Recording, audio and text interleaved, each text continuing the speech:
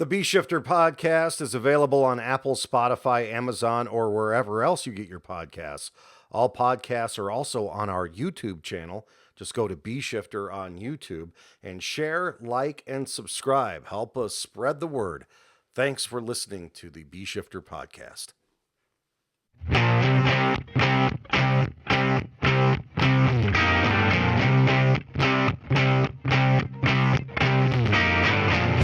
Welcome to the B Shifter podcast. You've got John Vance here today, along with Josh Blum, and we will have a panel of esteemed fire service professionals checking in with us today because our topic is training scars, which really are a lot of times a symptom of organizational scars, things that are left over from past generations of leaders and trainers, or just something that you do within your organization because that's the way you've always done it. So we'll get more into that today. It's really an insightful topic, and we'd like you to share what you believe your training scars are, or training scars that you've witnessed in the fire service since you've been in. So we'll make this interactive today. We'd love to hear from you, and I think this is an ongoing topic because it really helps us identify ways to improve training and ways to improve our organizations. So before we get started on that, how are you doing today, Josh? It's May 1st, May Day. Welcome to the first day of May. I'm doing really good. It's happy to be on here today. Weather finally broke here in Cincinnati. So got a lot Blue Card's got a lot of stuff going on. Been connecting a lot with the ARF folks that are looking to connect with the ARF certification program, and then the conference only being 5 months away is, that's right. It's coming right up on us now. So that registration's really been picking up, and then trying to find room in our schedule to, accommodate some of the classes that people are looking for. So it's good. I mean, we're not booked up through the end of the year, but we have limited availability, I would say, between now and the end of the year for any classes. So, yeah. There's only one big box class really with any seats in it left, and that's in July in Colorado. Is that correct? Yeah, there's only just that one big box class that has any seats left. We got a couple that are full, but the Windsor, Colorado big box class, first part of July has some seats open in it, and then that's it until 2026 for the big box classes. And then for the conference, we have a hotel block available that has either 160 rooms or less, depending on if they're getting booked up right now. So we really want to encourage people, along with getting the early bird price for the Blue Card Hazard Zone Conference coming to the Cincinnati area in September, October. End of September really is our workshops. We have various workshops there. And then the general conference, October 2nd and 3rd. We have 2 hotels we're affiliated with. The one is our preferred hotel. And how many rooms are left? And these are really deep discounts that people are going to be able to get if they follow the link either on the B Shifter site or if they get into the show notes. Yeah, so the Hyatt connected to the convention center, I think they might have like 40 rooms maybe left. And their rate, again, they kept us at the same rate we've had for the last 2 years that we've been there. So I think the most expensive room is $149, but they have a room down to $129. And then that Delta Hotel by Marriott that's across the street, still right there, super close. Their room rate's $129 a night. So that's about $100 off the price of any of the other hotels. So take advantage of getting your rooms booked in that hotel room block before those rooms are sold out. And we've had quite an uptick this weekend in registration for the conference. So I think we a little over 100 and some seats went out this week. I think when I looked, there was like 350 seats left maybe total for the conference. So, and then obviously with that, the workshops are starting to fill up. So that May Day workshop, we had 100 people last year, and it's filling up very quickly now. Also, it's over halfway full. And then we got that critical thinking, strategic decision-making model, workshop that's filling up. The expanded command workshop that has seats left in it, the safety train the trainer.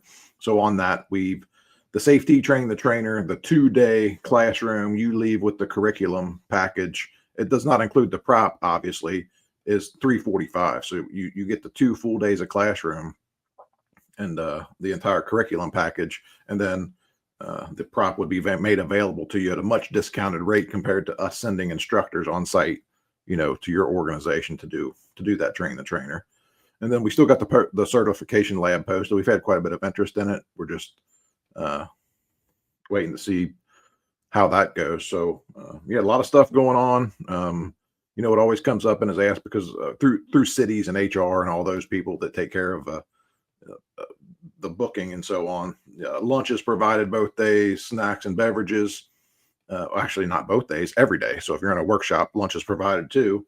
And then that Thursday night, we're going to do that meet and greet again at the Third Eye Brewing, which is always good. Last year it was really nice outside, and it was packed everywhere, inside, outside, upstairs. That was good. It's always good to network and connect with everybody and meet with all the B shifters out there from Massachusetts to California and Washington to Florida, and then our Canadian friends and people from all around the world. So we're looking forward to it, and just 5 months away. So take advantage of the early bird pricing and getting your hotel room blocked.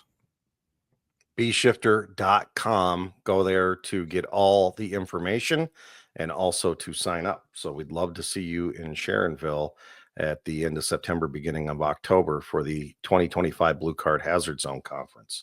John, something that always comes up from that, and that people read past it, I guess, but if your fire department is putting anybody online, you're going to pay $385 for an online account.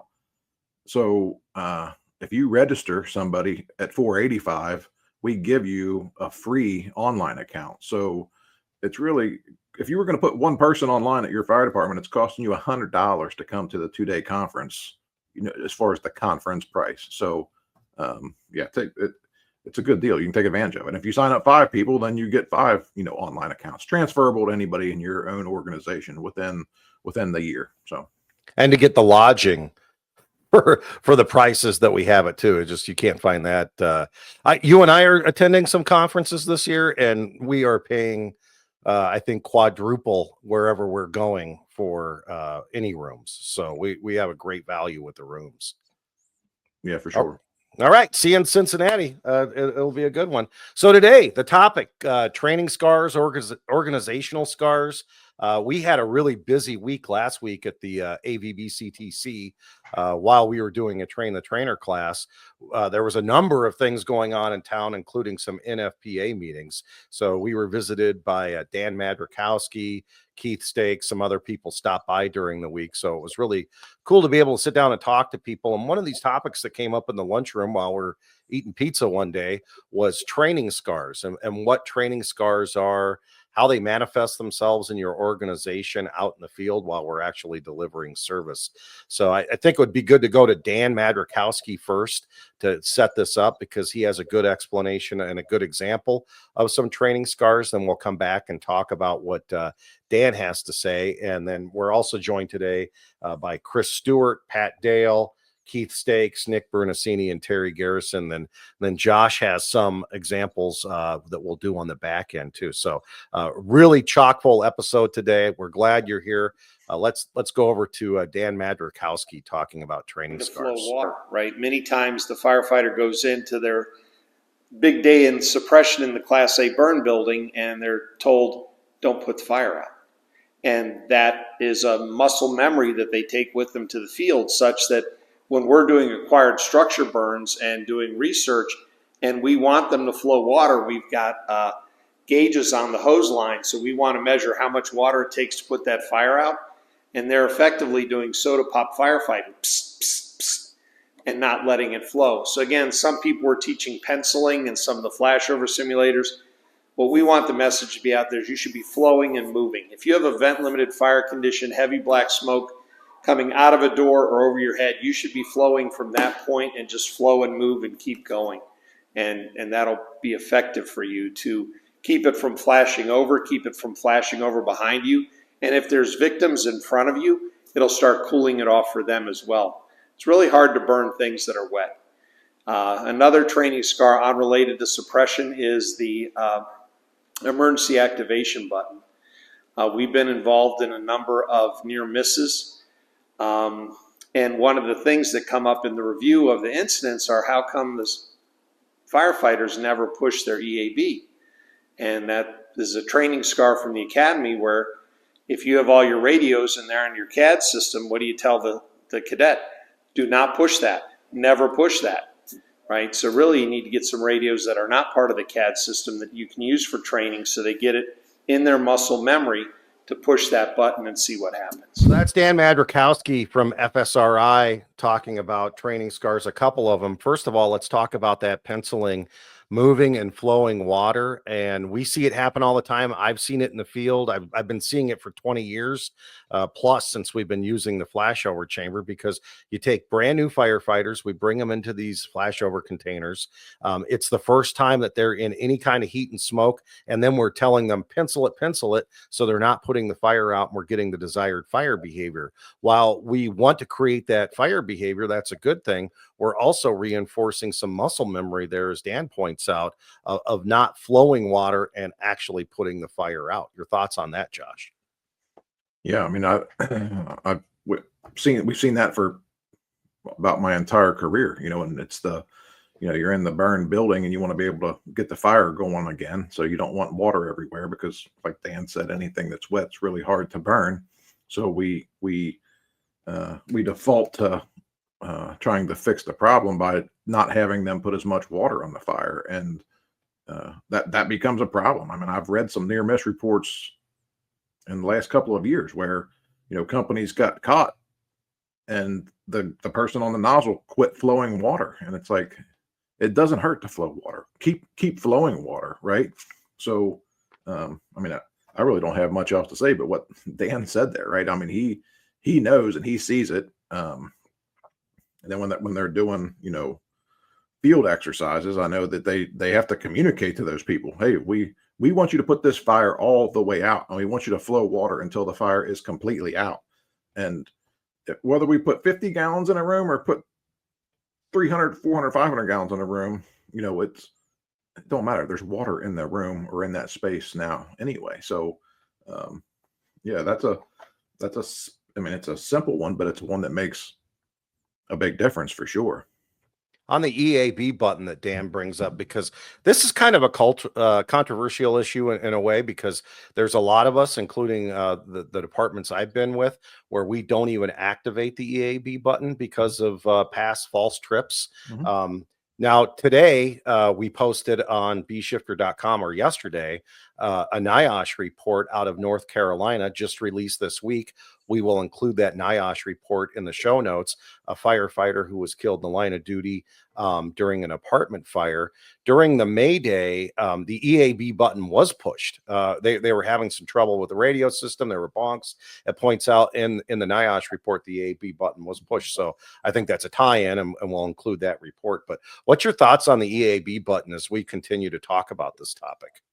So the EAB button to me is it's like any other piece of technology, right? I mean, there's people out there who still, no way possible, don't ever use it, don't push it. This is what it does. Well, the bigger problem is we have a portable radio that's thousands of dollars that has technology in it that we, the fire service, use 10% of, and maybe we use more than that. But in all honesty, there's 1,000 channels in that radio. I can talk to everybody in the state of Ohio, Kentucky, Indiana.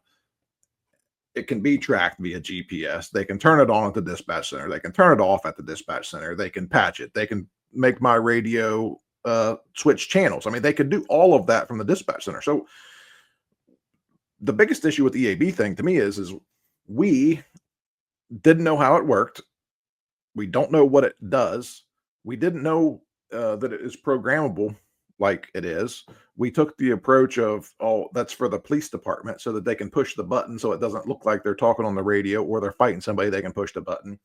When in reality is, if you set it up properly, it will do exactly what you want it to do. It's like any other programmable button that's on any electronic device out there. And, NIOSH actually released a bulletin, probably within the last 2 years, about the EAB button and using the EAB button. And we had quite a discussion with Murray and some of the folks that worked on that bulletin about the EAB. And it's like, well, when you put that out, you need to make sure that, people need to use it, but before they use it, they do need to make sure that it does what they want it to do. And, an example, just here in this greater Cincinnati, Ohio area, if you were in a different county and it was going through a different dispatch center, the EAB button was going to do something else, and it was, sending them somewhere else.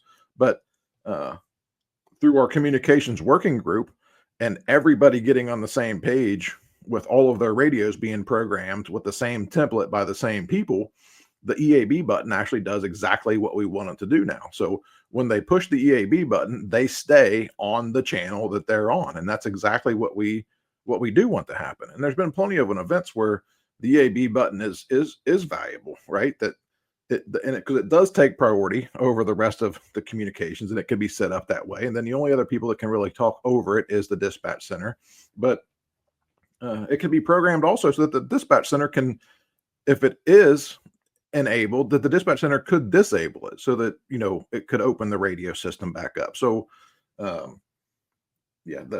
using it was because, quite frankly, some of our industry's ignorance on how it really worked and what it does and what it doesn't do. And a Motorola radio is different than a Kenwood radio, different than all those other radios. But really, our radios it's like the cell phone, the capability of it.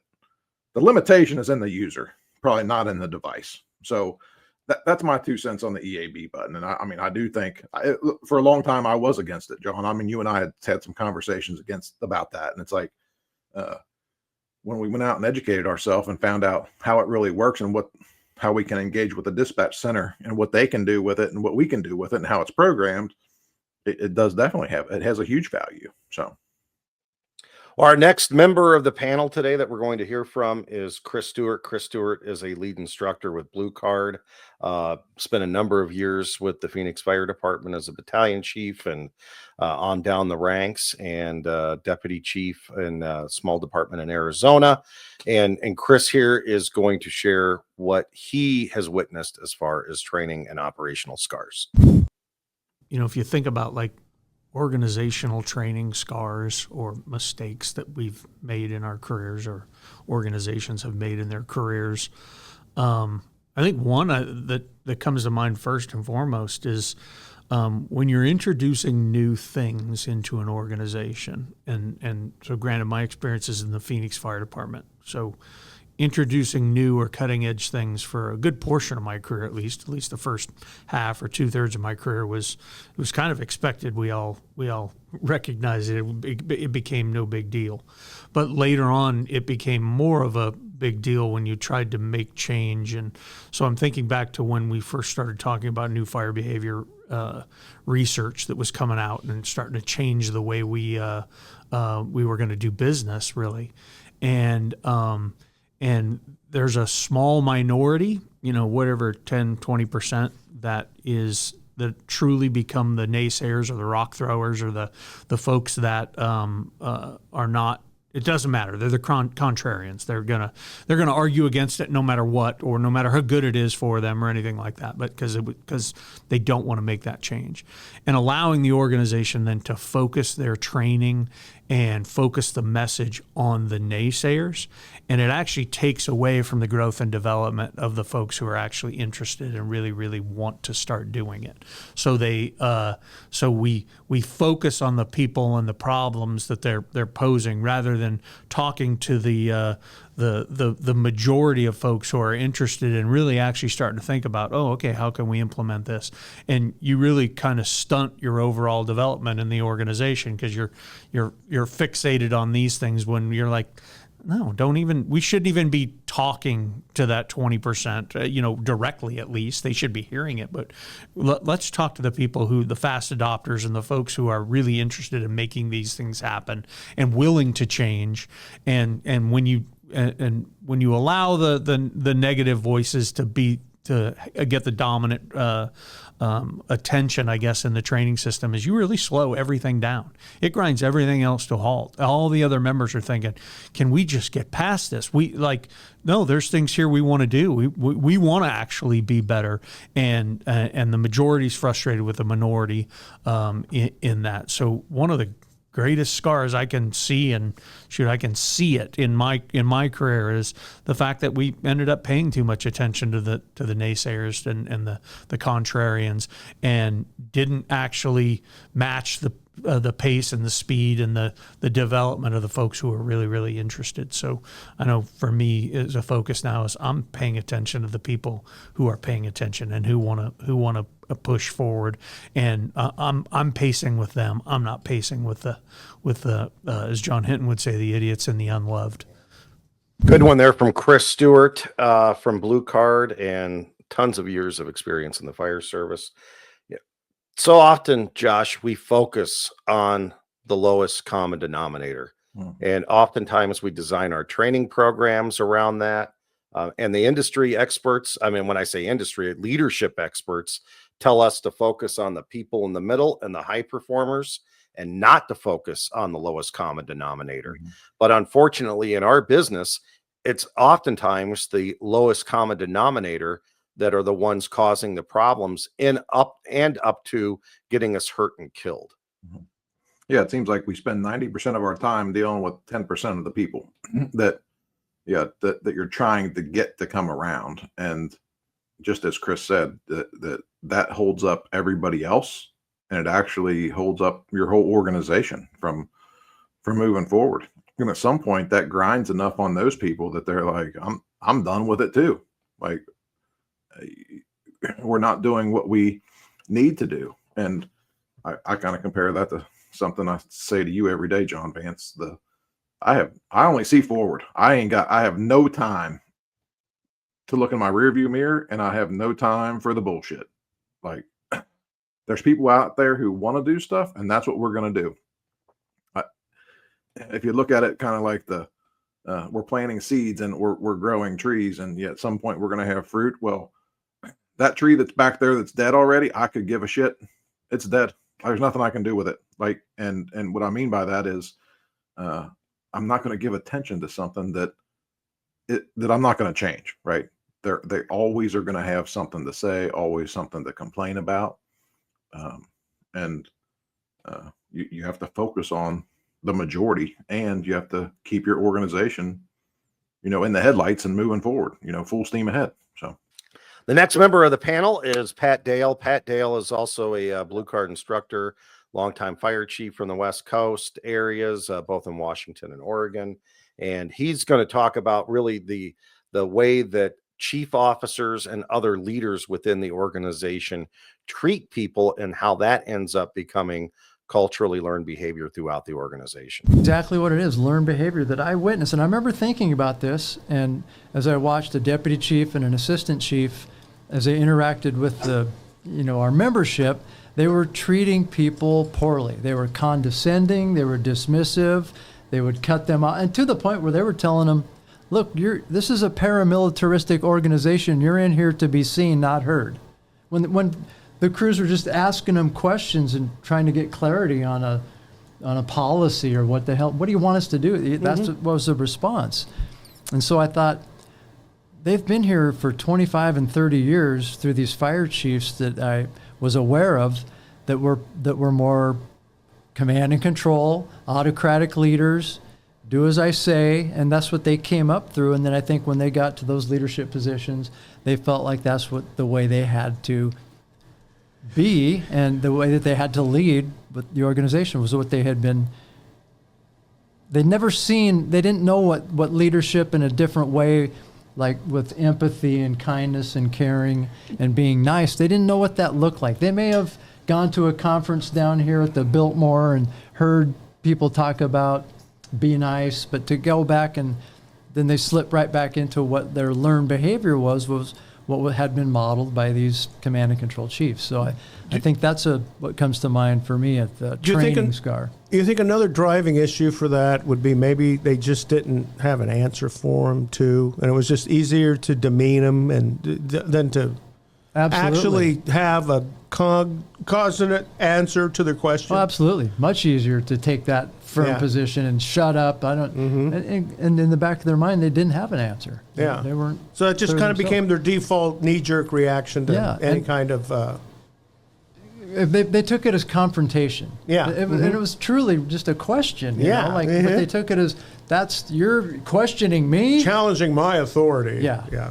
And the people that I saw come on the strongest in that way were also people that were really unsure of themselves. They didn't know what they were doing. They were over their head. They had been promoted up beyond where they should have been. They would come on really strong with control. I can think of, the names are in my head with two people I saw over my time and they would come on so strong, and I knew it was because they didn't know what they were doing, frankly. I think a trait of individuals like that is they're not interested in learning the details of their job because they're too busy pursuing their next promotion. And so they think the answer is just to promote to the point I don't have to give you an answer. Yeah, just because You've seen it. Yeah, I'm so much more ranky than you are. Right. That's Pat Dale and Nick Brunacini there as well. And I think so oftentimes people within organizations get promoted to the training chief or training officer role, and their role model is Louis Gossett Jr. from An Officer and a Gentleman, where they want the lineups and, what's your name, Mr. Mayonnaise? And then in that environment, people aren't allowed to ask questions. They aren't allowed to drill down why we're actually doing what we're doing, because a lot of times, like Nick and Pat said there, they don't know. They really don't know. So they're covering it with a lot of other ego and BS, right? Oh yeah. Everybody else out in the fire world has hijacked Chief Lester's 3 C's. So I'm gonna go ahead and use it on here too. When those people who act out like that act the way they do, they are not competent, which leads to they have no confidence, which leads them to only one other C left, that they feel like I'm just in control and I have more bugles than you, so I'm in charge. And it's like, it doesn't work. What does work is when you are competent and you are confident and you have confidence in your people and you're trying to build the right thing. And then the control thing kind of just comes naturally because people get on board. I want to talk about being nice here because Pat mentioned it. And we had a conversation around coffee then after we recorded this. And and I wish we would have captured this, a lot of being nice isn't just being kind and soft-hearted. Being nice means we're not going to let our people die and get injured because we're not looking out for them or they don't know their job. Being nice means that we're training them effectively so that they are confident and competent and have control, and that they're not just wondering why we're doing the things that we do. So oftentimes I think people don't really understand what Chief Bruno meant by be nice, but being nice means that we're going to take care of our people. And sometimes that means being tough. Sometimes that means holding them accountable and having a standard. Yeah, John, thank you for saying accountable, because that's a huge one for me, right? Like, yeah, the be nice thing is helping that person be successful, right? That's a piece of that for me. And part of that is the accountability piece. And that comes back to what, Pat said. If they ask questions, you owe them an answer. Like, there's a line there, I guess, in a way, but like if they have a legit question, then we owe them an answer. And that's part of that being nice. And then once they know, then you can hold them accountable, right? So, there's a whole circle there, but being exposed to some of that environment in my past of the control, you're going to do what I told you to do, it don't work. And people don't stay and keep working in that environment. I had an officer once with their collar brass, and he would say, it's pick and choose, and I get to pick and choose what we're going to do today without actually explaining to us why we're doing what we're doing. And it just led to a lot of ineffective behaviors. Yeah. And when you look at those organizations that operate that way, if they're not standing over your shoulder, those people ain't doing shit. Right. I mean, it's like yeah, There's no ownership. You will be much more successful together. Well, we'll bring it back to the task level here a little bit with Keith Stakes. Keith Stakes is from FSRI as well, and he stopped by the AVB CTC last week and was part of this conversation. And he's talking about actually the way that we train. Well, specifically in regards to suppression, we don't have adequate facilities to be able to teach folks suppression in the residential environment. 80 to 90% of the fires we're going to are in the residential environment. It doesn't matter whether that's an 800 square foot Cape Cod or an apartment on the 40th floor of a high rise. The suppression tactics focus on surface cooling and understanding where and how to use air to your advantage and where to get water onto those surfaces to have the quickest impact. And yet we're training in buildings that are masonry, which when you have live fire within those are going to create training scars in folks that they're worried about steam generation on the fire ground. When we know that water application to hot gypsum or plaster and lath, it's not going to respond the same as it would masonry, along the same lines, metal shipping containers. And you take that a step further and you look at all the shipping container training facilities, there's not a flat surface anywhere to be seen. And we rely on our residential suppression tactics, utilizing those flat surfaces to get better coverage. That's one example. And the other, again, being the fact that we're dealing with 1403 compliant packages that is a wood-based fuel package in a fixed spot within the room. The building itself is not involved. It's not spreading throughout the structure. And so people will have a point and shoot mentality whenever they see orange flame on the fire ground, when again, the orange flame is the symptom, we have to treat the source. And so we see water going towards wherever the orange flame is instead of thinking, where is my surface that is the problem that's generating fuel to come burn where there's air? And so in the suppression world, at least, those are two examples of how we set our folks up for failure before they ever even leave the academy. All right, that's Keith Stakes from FSRI. Josh, your thoughts on that? Yeah, so I mean, he's definitely the SME on the surface cooling and using air to your advantage and all those things he talked about. But just talking generally about buildings and these people go into the same exact building over and over and over again. The layout's exactly the same, limited or no furniture, limited or no turns in the building. And that's where they train at over and over and over again. And then they have an event at, that residential setting that 70% of the space in the residential setting is not open space because there's furniture and other clutter and whatever.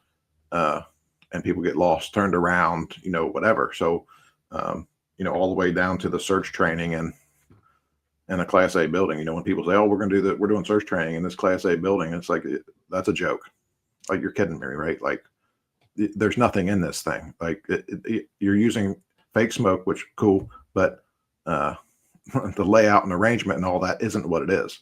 So that training in context is a real thing, and obviously with the 1403 standard, it makes it challenging to create a real fire environment. But all we can do is go back to the basics and be really, really good at that.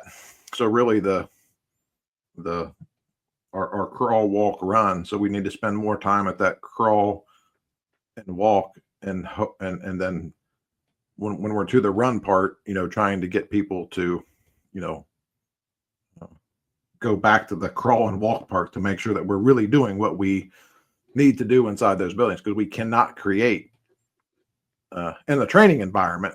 Research environment, you can create it, but in the training environment, you can't create that environment because of the standards that we're up against that are there for good reason, because we through our careers have done so many dumb things that we shouldn't have done. And it's like, well, if that's good, this must be better. And why don't you throw a couch on it or, whatever. But you got to make training, a little bit more realistic to line up with what our job is. And it doesn't necessarily mean like, the fire and, making it blazing hot, but like even interior arrangement and layout when you're advancing hose lines and doing searches and operating inside the building. That it has to be realistic. And to be the first time on here I've jumped to it, John, but I'm going to. It's the sports thing, right? Mhm. So our own team's practice defense is going to play against our real offense. Well, that our makeup defense is going to try to emulate the best they possibly can the team that we're about to play, so that we know how we're going to operate there. Well, in the fire service, that's what we need to do as well. Another test thing, super simple thing. Doing forcible entry in the middle of a parking lot with your uniform on and not wearing anything and full visibility is as fake as it gets. I mean, that's the crawl part, right? Like teaching very basic skills and then maybe getting to the walk. But at some point that needs to be done, full scale. And I think that the training mentality, as you're planning that as a training officer or company officer, you need to acknowledge that crawl, walk, run. We're going to start here on the crawl, in the parking lot, on the prop, and then there's going to be at end of the road where we have an acquired structure or a training building where we're doing that under actual conditions. Yeah, I mean, when we're stretching hand lines, there's probably 20 parts to that. Like if you were training a recruit, like what does that look like? Just getting the line stretched, ready to go at the front door. Well, when you get to the run part, they should be sitting in the back of the truck with their gear on, with their seatbelt on, with their headset on, the whole 9 yards, right? Like they're pulling up to an incident. And then you can run that exercise. And that's why we see the fire departments that, stretch a line and it's like, man, they're really good. Well, they're really good because they practice that way, right? The team who wins is the one who put in the most time and practice to beat what they know that they're coming up against. And we should do better with that. But far too often in training, it's the shortest shortcut that we can make to just get through it. And in some cases, it's hey, John, why don't you just show us this and then we'll move on? But we're getting sidetracked. We should move on. Well, our next comment comes from one of our other experts, our head silverback, Nick Brunacini, talking about training and organizational scars. You're training individuals, like the after action review. That's for like individual performance. There's a small element for your task level piece. But most of it is really to look at the entire scope of the incident operation. So using an example, in 1983, we had a fire, sprinkler-controlled fire in a carpet warehouse. So the fire is under control, but the products of combustion are not. So it's full of cold smoke laden with carbon monoxide, right? Highest CO level because the fire is being controlled by sprinkler heads, but it's smoldering in racks of carpet. Crew gets there, they advance their attack line through the Bayside offices, and it's really not an attack. What they're doing is they're going in to find where the sprinkler heads are going off. That's what they're doing because the fire's already under control, and then they're going to do final extinguishment maybe. Well, one of them, they run out of air. The captain and the firefighter inside the building. So in fact, Frank Cheatham was the captain on Engine 23. It was before Mayday existed as a term. And he said, we're in trouble on the inside. I don't know where I am. And you could hear his thing's almost out of air. It's about done ringing. And he says, come and get me. Well, they end up getting Frank. They pull him out. And when they get him out, he is in respiratory arrest.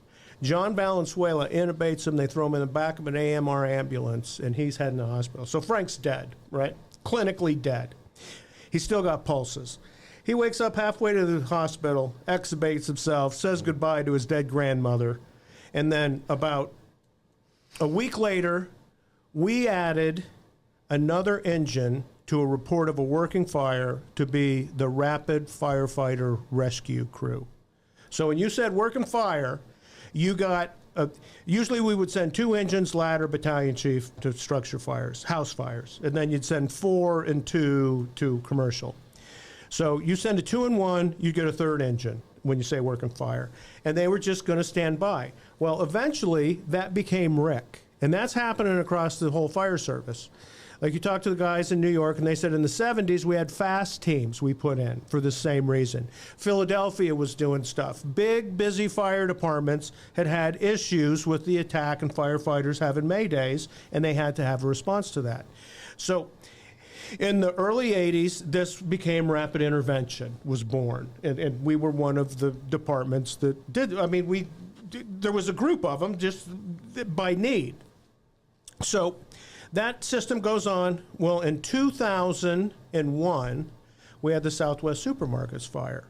And we have used this system now for damn near 20 years of RICS and all of the itinerations and revisions. And then on that breezy March day is that whole system cooked. And it cooked the command system too. So we used that after action review, and it took us a couple years to figure out exactly how to fix those problems.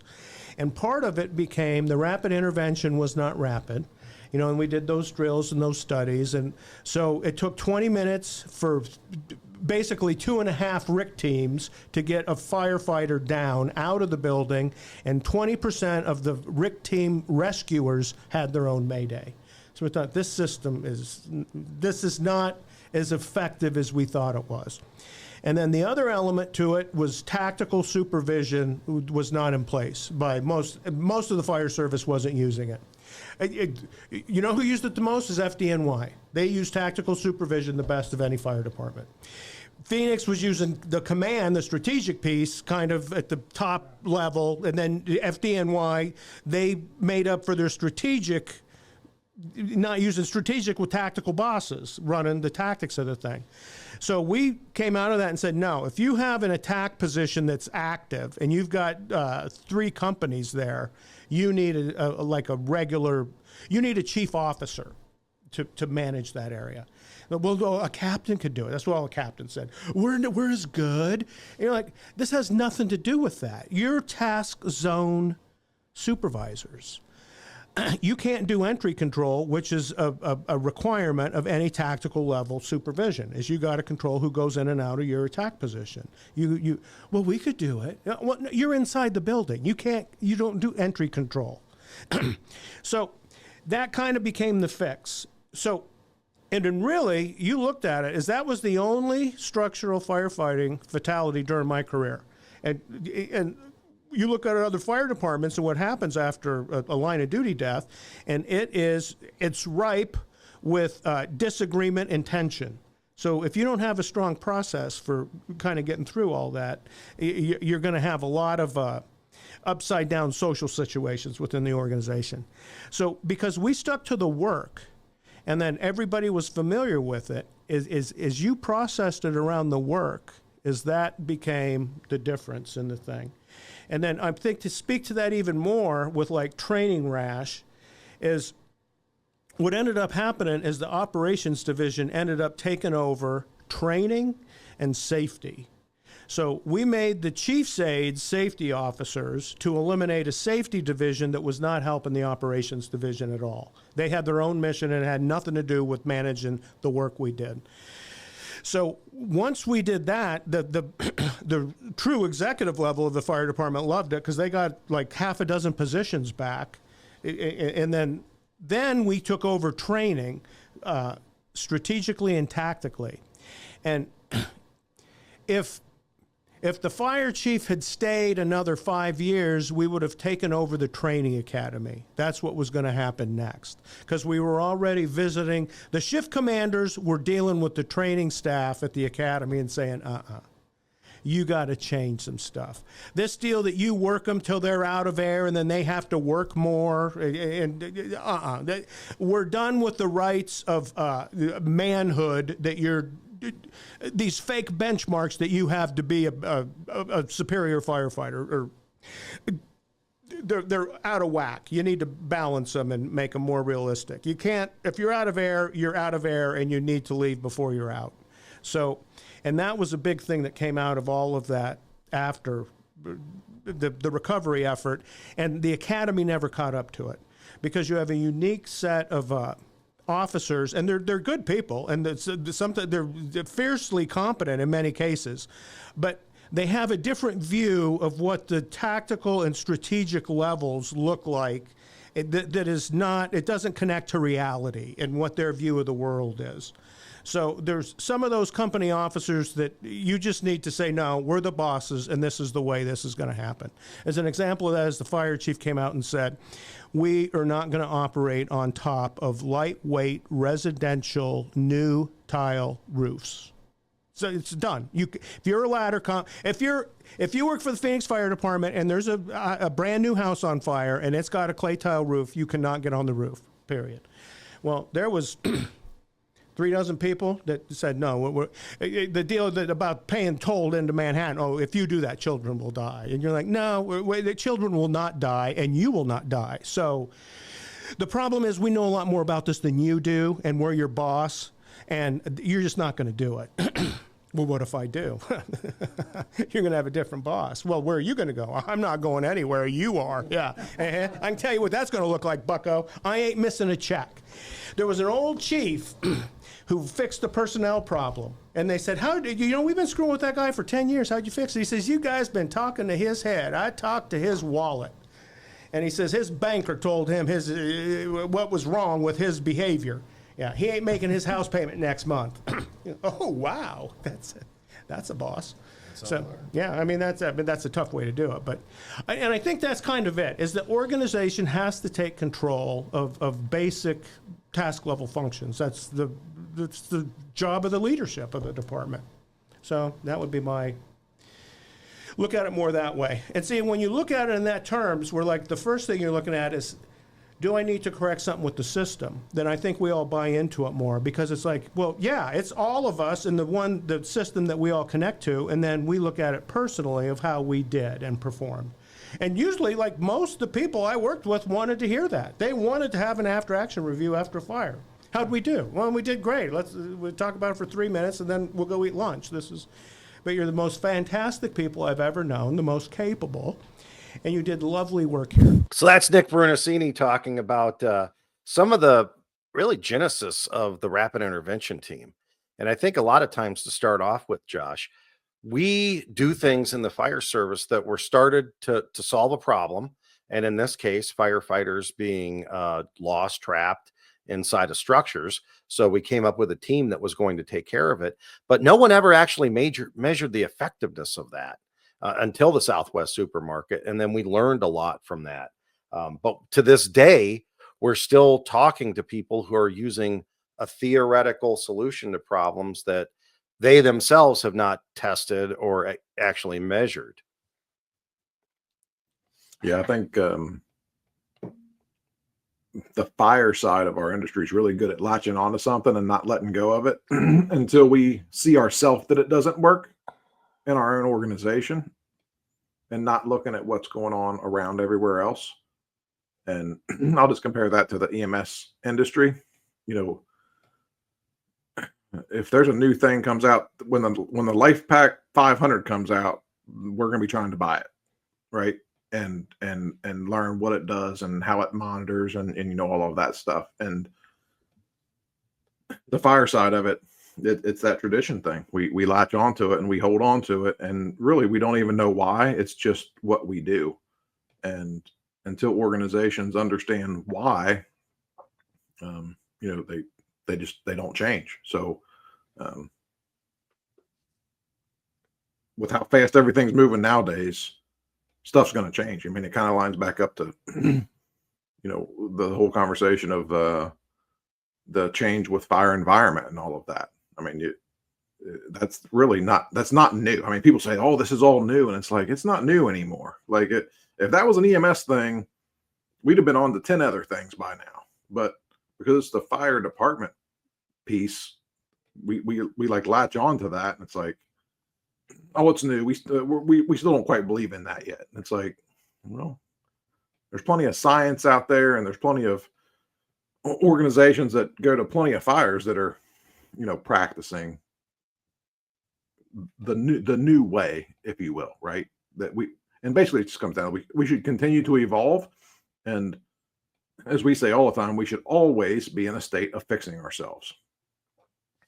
This worked today, but we're looking for the next solution already. Nick mentions it here, and we talk about it a lot. And I think if you took the blue card team and we were going to draw an org chart for the perfect organization, training would work for operations. Mhm. But oftentimes we see organizations that are flat, that they have a lot of assistant chiefs, and the equal rank is operations and training.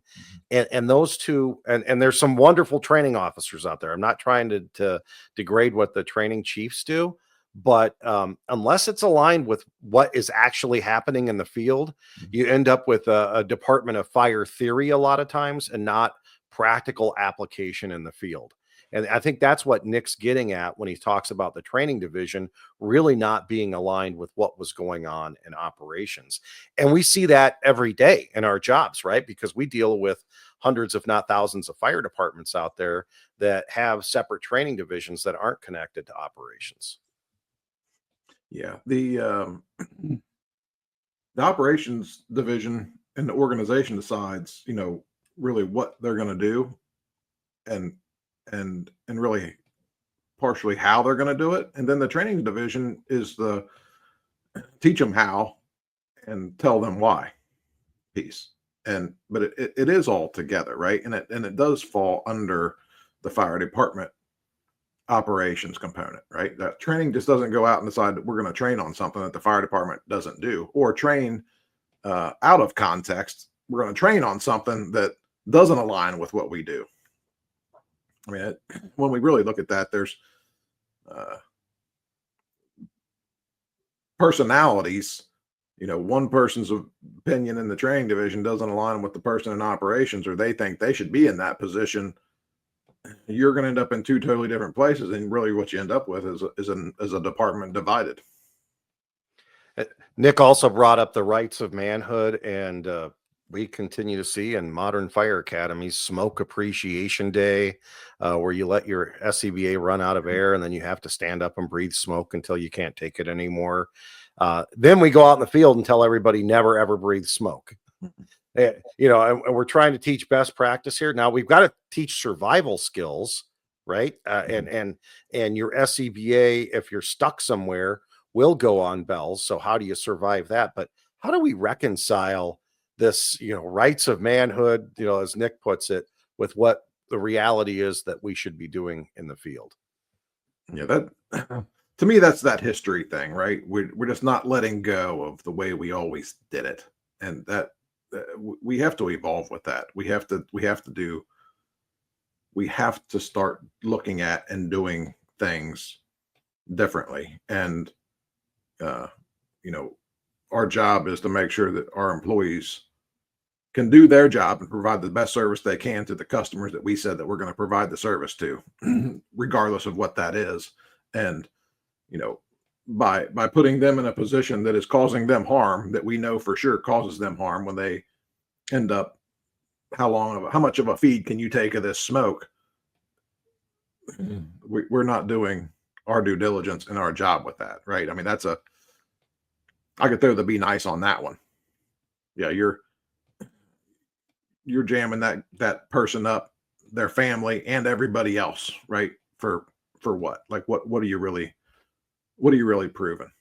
Our next member of the panel, Terry Garrison. Terry Garrison, of course, an instructor with us, fire chief from Houston, and also spent a bulk of his career as the Phoenix Fire Department as shift commander, and then on down the ranks. And here's Terry talking about some of the scars that he witnessed as fire chief. Training scars. I can think of three separate things I want to kind of share. One of them is when we created the Command Training Center, we made a commitment to the organization, to each other, Nick and myself and John Hinton, that that's where people should make mistakes, right? In the training of when we started to go through our incident command process, and guys would make mistakes, we wouldn't beat them up. We would correct them and then kind of move forward with it. So that's the first piece. And the second piece about that specifically is that when somebody makes a mistake in training, it shouldn't be a career-ending mistake. We talked about that in the podcast before, is that, don't call them Mr. Whatever for the rest of their career because they missed something. But we do that, as firefighters. We don't let people go, but you want people to make mistakes in training so they can learn from that. The other thing I want to say about training, you asked specifically what I've seen that kind of has rubbed me the wrong way, is I was a new fire chief and I went to a department, and I think if you're a fire chief coming in or you're a current fire chief and you haven't been to the training academy and watched what's going on, you need to go, because those are the people taking care of teaching your newest members how to do things. And that first, the way they learn it first is going to last very long. So and you're responsible for it as a fire chief, so you better watch what's happening. And I remember going to a training academy, and one of the guys, really good people, but they were way off base, and they knew it by the time I left there. And one of the things they did is they go, Chief, you want to do an inspection with us on the recruits? They had 6 recruits, and I said, sure. What does that mean? So I walk up, and they would get in front of the recruit, and they would look him up and down, and they would ask him. They asked him a question like, "Who are the council members? Who are 5 council members?" And the guy knew who that was, and I thought, training value. The time is so valuable that you spend in training. Make sure you're training on what is important. That is not, if that's important to you as a training chief, that new recruit knows who the council members are, you got a problem within that organization. Your chairs are not facing, like Nick would say, the work. So that time is so valuable. Make sure you're doing it correctly. And then I remember showing up for their graduation. They were standing in front of the council. I got there a little bit late, and they're all facing the council. There were 6 of them, the same 6 guys. And they shook hands and being congratulated by the council, and then they all spun around at the same time, and every one of them had a quarter-sized burn in their forehead. And I looked over at my chief, I had tremendous amount of respect for and still do to this day, but this is the way they did things. You did not get your official fire helmet till you went through training. You earned that.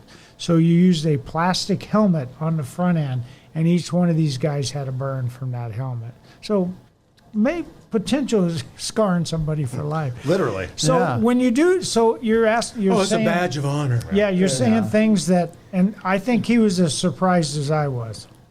But give them the equipment, teach them to do things the right way, help them do those things the right way, and then allow them to do it and then correct the behavior. It's just that simple. You don't got to be mean. You don't got to demean them. You don't got to kick them like, I was in the Army in 1974.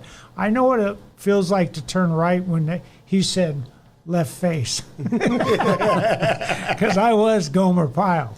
And it's just not necessary. It doesn't make you help remember right anymore. Were they nice to you when you did that? Yeah.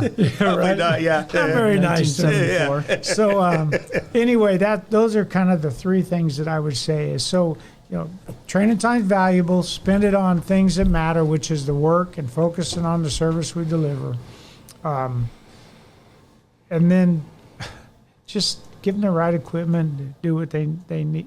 Just support them in the training. See, training, we should change that to the support division. That should be the name of training. So Terry Garrison there talking about what he's seen as far as training scars and organizational scars. And while he was talking about that, I think about something that we stopped at a department I was at, because we had a completely different set of SCBAs that we were training with, because they were training SCBAs and what we were going to beat up versus what we actually had on the apparatus. And I'm talking a whole different brand.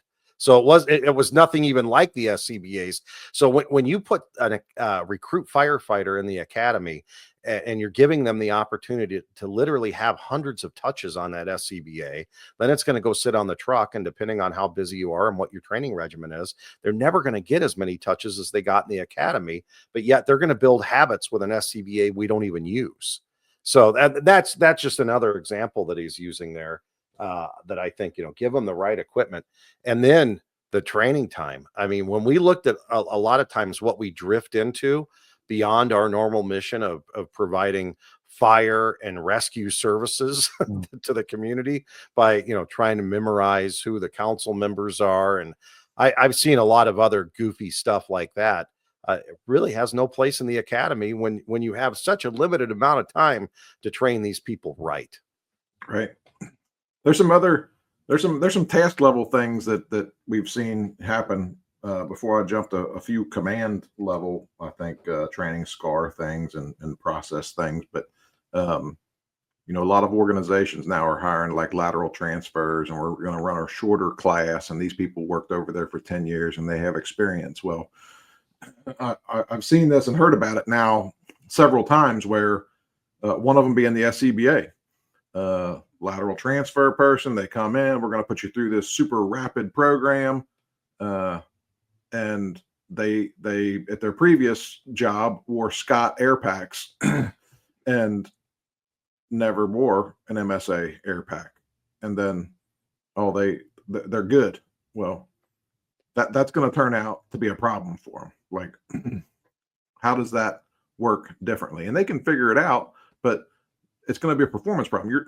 You're setting them up for failure, right? So, and that comes back to, I think, another staffing shortage problem everywhere, and people are trying to, do lateral transfers and run shorter academies and all of that. But in some ways, who we're shortchanging is, the end user customer ultimately, because the person doesn't necessarily have the knowledge, skill, or ability that they need with the specific equipment that's available, right? People, a hose load's a hose load. They can figure it out. And it's like, well, time matters, right? The SCBA is no, it's not. It's not the same. The radio, right? That's a totally different piece. So, taking the time to train people and doing deliberate and consistent training, I think, is important. So, talking about the task level, I think that's all good. I just wanted to hit on a few, command training component pieces. So when we run a cert lab, we're doing that crawl walk piece, and then at some point you have to get to really the drill part, right? Taking it to the street, taking it to the drill ground, running full scale operations. So one thing that I'll put out there, people use the back of that communications board sometimes when we're doing classes, right? So our standard communications board that we hand out during class, and then we tell them, hey, when you're in class on the first couple simulations, you can use, this, and then we tell them this is not to be used in the field, right? Which is why in our class now we've transitioned to, we actually have them use an actual worksheet, after, the second day, so that they're actually using something that they would that they would use in the field. So if you don't practice on a command worksheet during training, it's not going to work when you get to the car. So, to take that a step further, we're sitting around the table doing, simulation exercises, and really we're learning a process, right? And I'll just go ahead and throw this in there because everybody out there wants to talk shit about Blue Card's a communications program. Well, you're ignorant, because that's one of the 8 functions of command. It's actually a command program, not a communications program. I'd love for anybody who says that just to go through the program and find out what it actually is for themselves. But connecting all the dots. So, example, you're the first arriving IC. Well, practicing at some point, giving that size up through the windshield from your apparatus with your headset on is much different than sitting, in a classroom at a table, talking on a two-way, Motorola, camping radio basically is different than talking, on your radio with or without a microphone out in the field. So, so practicing that with your mask on, right? So that's something we all get so frustrated with. Like, when was the last time you practiced talking on the radio with your mask on, and then making sure that you were holding your microphone in the proper place, all of those pieces? Or you have Bluetooth technology in your Motorola radio now. Have you actually practiced with that. So you're given priority traffic, but nobody can hear what you're saying because it's all garbled. So that comes back to that training and context thing, right? So the crawl and walk is like training part piece by piece. It's kind of compared to sports. Monday, we're going to do some walkthroughs. Tuesday, helmets and pads. Wednesday, helmet and pad. Thursday, we're full scale everything. We're playing on Saturday. So you have to get to that point where you're putting it all of the pieces together. And then, from the strategic command piece, the SCAR piece, if you will, if we're not exercising as the strategic IC, sitting in a car, using the MDC that we have available to us, wearing our headset in the car with our command worksheet, the way that we're going to use it, or if you're using some other, tracking component or tracking device, actually exercising that, then we shouldn't expect, a good outcome with that. So we have to, however we train and exercise, has to line up with what we expect, what our expectation is at the end, and what we would expect to see in the field. And then I think a big piece, and multiple people throughout this have hit it, is nobody's getting fired over these things, right? And they shouldn't have to live with during a training environment. They shouldn't have to live with a nickname or something necessarily for the rest of their life. But it comes back to something I've talked quite a bit about on a lot of our podcasts, is that operant conditioning thing, and it lines up with our after action reporting stuff. So when people do good, we need to support that and reinforce that behavior, right? So that they know that they did the right thing, but that everybody else there knows. And then when they are doing something that we don't want, we shouldn't just let it slide, right? And far too often there's some scars with that. It's just like, we just got to check the box and get through this. And, I don't want to deal with them. So we're just going to move on. And it's like, no, like, if you allow that to happen, then don't expect the performance to be good in the end in the field. If you're not holding people accountable to some sort of a standard during training, then in the end in the field, don't expect that they're going to perform and do what you necessarily want them to do. So yeah, John, this is a topic that we could go on forever about this. Well, it's a great topic. I mean, I think it's something that's given me a lot, the panel hit on it. You kind of hit on it. Training should not be hazing. We shouldn't haze people during it. And we talk about it when we're doing our blue card classes a lot, that if you're in an emergency management exercise, it always seems like the better you do, the more crap they throw at you. So you've got to allow people to have successes too, instead of just like, well, now he's doing good, let's throw another curveball at him. And I think, people just get conditioned to that because they get brought up like that. One thing I wanted to ask you, Josh, before we wrap it up for today, because this is just a great topic. What's the difference between training and drilling? Those are two different things, right? Yeah. So the training part is where we're really talking about the why. We're showing people how, and it's who, what, why, how. I mean, that's a training piece. And then the drill is like really more full scale exercise. So I'll give a simple task level one that everybody could connect to. Hose advancement. So, you're stretching off the cross leg, or you're stretching off the back, whatever it is. Well, yeah, we're going to teach people to get to the end, to get a line to the door, like masked up, ready to go. So, there's probably 60 bullet points to get through in a drill to get to that point. So throughout it, people being in the truck, getting their air pack on in the truck. Before that, even getting dressed, getting on the truck, getting your air pack on, getting your seatbelt on, wearing your headset. Like, what does that process look like? Okay, well, you got there. They pulled the brake. We're going to stretch the green line off the back of the truck. So so now what does that look like? Putting that piece together. So, hey, when we stretch this line, what does that look like? We're going to deploy this thing 100 times, without those other pieces, just to go over that particular component. Okay, well, now we've stretched it and we're at the front door. We're going to charge it. We need to make sure we bleed it off, make sure it's all laid out right, in line, all of those things. And then it's okay, now we're at the door getting masked up. So, that hopefully no more than 30 seconds at the front door, hopefully closer to like 20 seconds at the front door, your mask, gloves, everything on ready to go. So, the training part is each one of those pieces. And then the drill is, okay, we're going to do hose deployment drills. Well, you get dressed, you're on the truck, you go, they pull the brake, we're stretching the green line, you get off the truck, you stretch the line, you go through that whole process. So the training part is, each one of those pieces.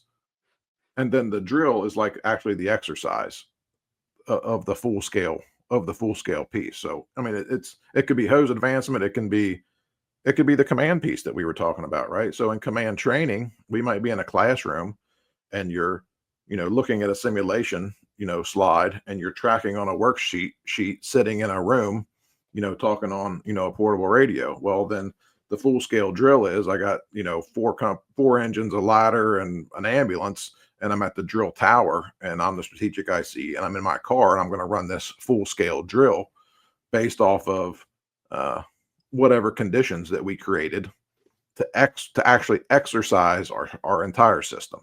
So we can't just jump to the drill thing and expect some sort of standard performance if we're not training on the front end. So the training really lays out like, here's the expectation. This is how we do it. This is what we want to happen. An opportunity to get people to improve, performance. And then the drill part is like that, again, that full scale exercise to evaluate how's each individual component go, but also as the entire response or how the entire organization, works together. So that's kind of the difference between the two. Great topic today. Thanks so much, Josh. Like you said, we could go on forever about this. If anybody would like to share their thoughts with us on your training scars, John Vance at bshifter.com, Josh at bshifter.com. All that information is in the show notes. We want to thank everybody for being here today and for listening. If you enjoyed this episode, share it with a friend and make sure you subscribe. Until next time, thanks so much for listening to B Shifter. Talk to you later, Josh. See you, John. Thank you.